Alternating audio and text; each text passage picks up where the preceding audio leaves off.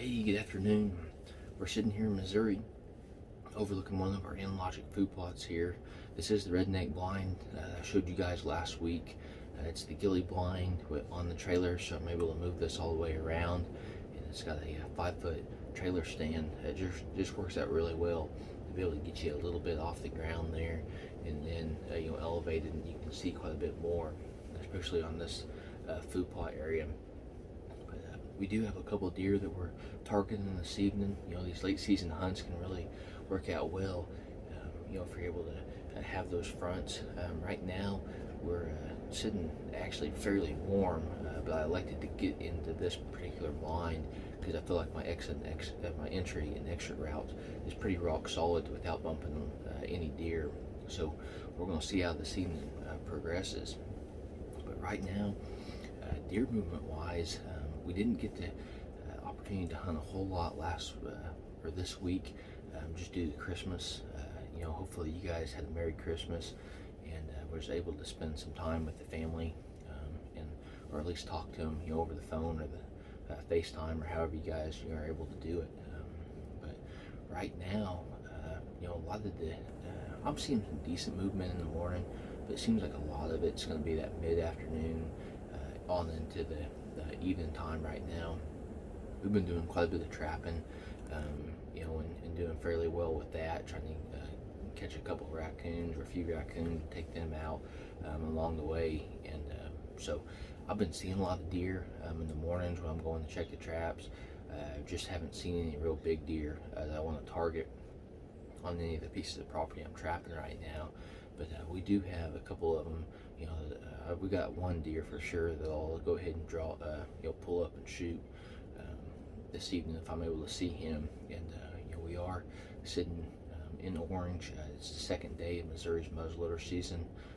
We've got the Traditions Vortex Strike Fire.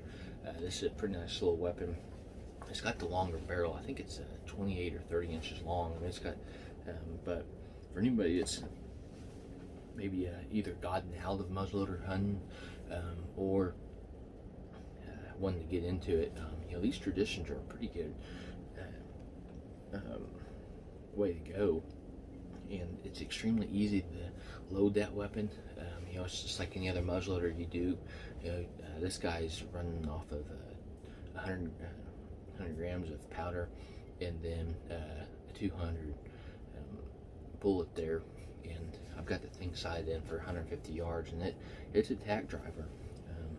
And the way this little cylinder thing right here, you just pop that thing open, and then that's where you put your primer at, right in there. And then when you're ready to clean that weapon, all you're doing is unscrewing that, and then you're able to just clean it. So anybody that's been around muzzleloaders for quite a while knows that those older muzzleloaders, those were a real pain. After you whether or not you shot them or you didn't shoot them, to get that powder out. And these are just about as easy as you can get. I think that there's maybe some newer ones that may be a tad bit easier, but that Traditions is a pretty good weapon to look into. I've got the thing sighted in for 150 yards and extremely accurate. I've got several muzzleloaders, but I picked that guy up for some of our Arkansas hunts when we go down there after the deer and bear in October, and I've been really impressed with it so far. So we've got a pretty good amount of space riding through here. We've got about 150, 160 yard shot opportunities riding here and then in on this food plot, so it just works out pretty well. So but right now, I do have the Boneview Hot Vest giveaway going on. So if you guys haven't put in for that, all you gotta do is like KOAM Outdoors. I'm on Facebook, and then just like that post, and we'll go ahead and draw for that Monday, like normal, so probably around 5 o'clock. But right now, deer strategy wise, I'll be isolating any kind of food source you got, and then maybe those transition points from the bedding to the food in the evenings.